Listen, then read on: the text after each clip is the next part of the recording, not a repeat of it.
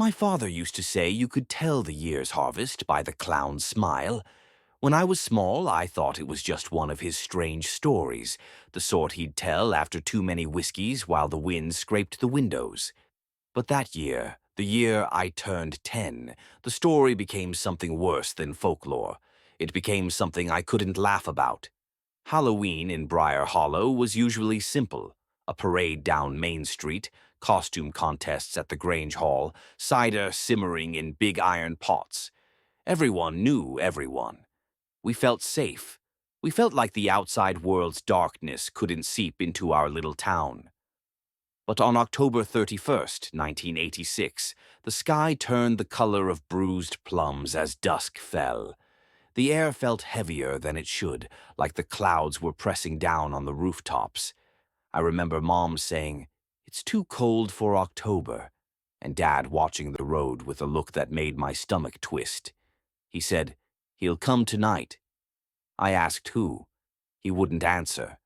At midnight, we heard it. A single laugh, high and wavering, drifting through the darkness like a splinter of glass. Dad rose from his chair so fast he knocked over the lamp. "Stay inside," he hissed.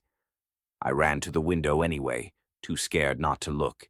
He was there, standing alone in the middle of Maple Street, facing our house. A clown in a dirty costume that looked stitched together from rags. White face paint so thick it cracked when he smiled. And that smile too wide, too bright, like he'd cut his mouth open just to show all his teeth. He held a single red balloon. For a long time, he didn't move. He just stared. Then, slow as a funeral march, he crossed our lawn and placed the balloon inside our mailbox. My father went out after him. I wanted to scream for him not to, but my voice caught in my throat. He stood in the yard, staring after the clown, until he disappeared behind the neighbor's hedge. I saw Dad reach for the balloon. When he popped it, a burst of dark liquid splattered his shirt. He stumbled back, coughing. Mom pulled him inside and slammed the door. He wouldn't stop shaking, wouldn't stop muttering. Over and over, he said, "I heard it." I heard him whisper. Mom asked, "What did he say?" Dad looked at her with hollow eyes and whispered, "You'll be next." That was the last real conversation I ever had with my father.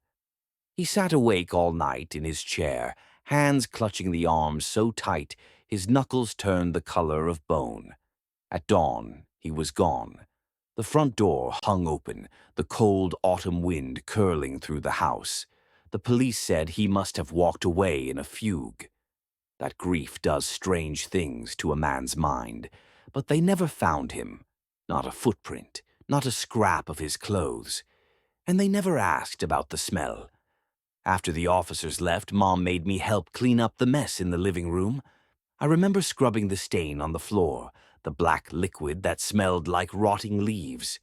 I was carrying the trash outside when I saw it. A second balloon drifting in my bedroom window. It floated in the air as if an invisible hand held it. I walked toward it, trembling. Scrawled across the rubber in sticky black letters was a single word: smile. That was when I knew my father hadn't disappeared. He'd been taken, and someday the clown would come back for me.